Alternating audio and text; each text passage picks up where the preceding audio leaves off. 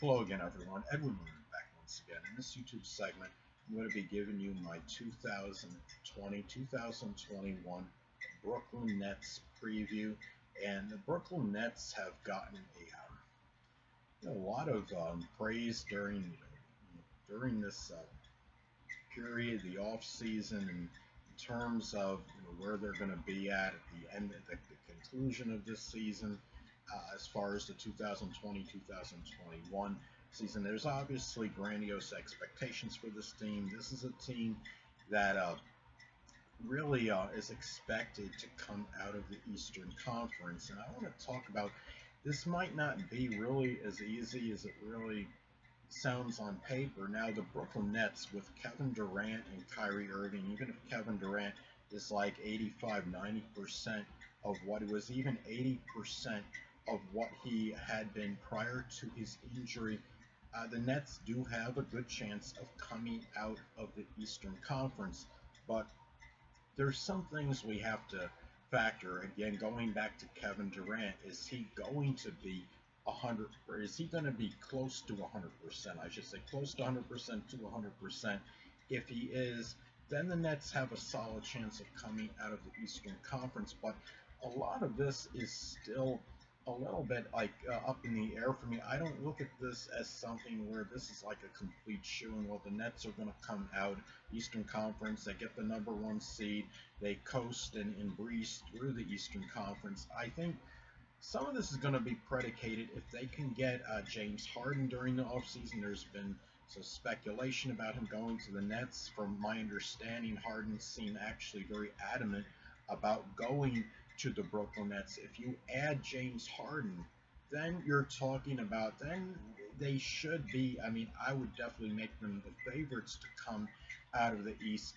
And because there's still some questions in the air, it's hard for me to put them, predict that they will get the number one seed and come out of the East. But even with, even if you have like a 80% Durant, Kyrie Irving, there's no reason they shouldn't finish in the top three in the Eastern, at least in the top three in the Eastern Conference.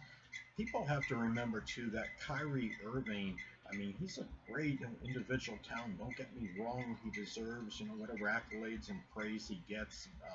He's one of, I would definitely put him a top 10 NBA player. He averaged like 27 points last season for the Nets. He played only 20 games, but the thing is, in those 20 games, the Brooklyn Nets were just 8-12.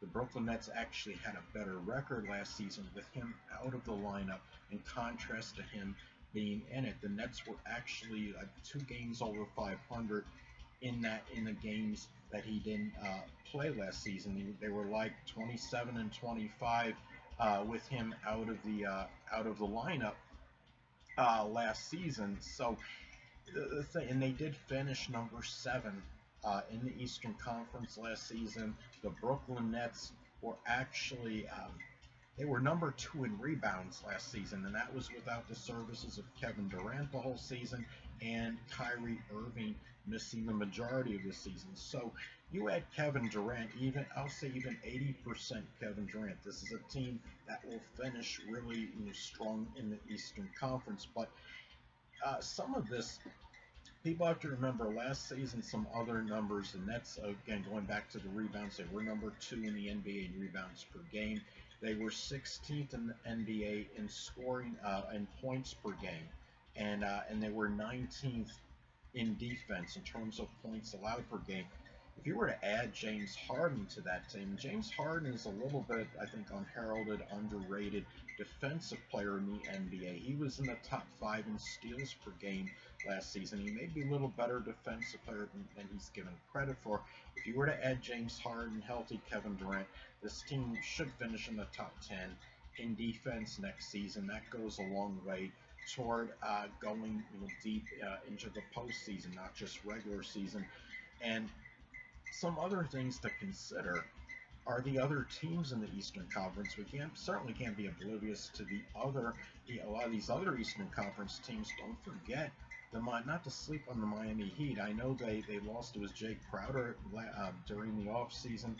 But they got like Avery Bradley. I mean, they have people on that. They retained a very good nucleus of their team, including, of course, Jimmy Butler and Tyler Hero, who is going, I believe he's going to continue to evolve and may emerge as a star in this league. He was played with a lot of composure in the postseason this past season, just downright nearly unflappable. I thought. And you're talking about like a first or second year player to do what he did in the postseason was just phenomenal. So, and you have the Milwaukee Bucks who augmented their roster, and they were like number one last season in the regular season. I understand they did get knocked out the first or second round last season. They really just did not really play to their expectations in postseason, but they did. As far as the regular season goes, they did finish strong, and they have a chance to actually be better, at least during the regular season. So it tells me there's just a lot of things that really, there's some things that have to really go right for the Brooklyn Nets to actually not just emerge as the number one seed in the Eastern Conference, but to come out of the Eastern Conference and play the Western Conference winner for the NBA title, which will almost, I mean, undoubtedly be the Lakers. I think the Lakers are a little bit more, as far as if you're going to give any guarantee, anything close to a guarantee or assurance of a team coming out of the conference, it would be more so with the Lakers in contrast to the Brooklyn Nets. And I'm not saying the Brooklyn Nets can't come out of the Eastern Conference, but they do have, they may have a little bit more competition to actually to go through it in order to come out of it. And it's going to make it a little bit more difficult for the Nets than a lot of people think. And we have to remember too, especially if you bring James Harden into this mix. I mean, they would have really a surfeit of individual talent, but we have to keep in mind, are they going to play cohesively and put together a complete winning package on the court? And the thing is, they can, but is it going? I mean, with Harden, I do believe they can come out of Eastern Conference. I just think it'll be a little more difficult than people think, but that's not any guarantee that he's even going to the Nets. And then again, a lot of it is predicated on Kevin Durant's injury.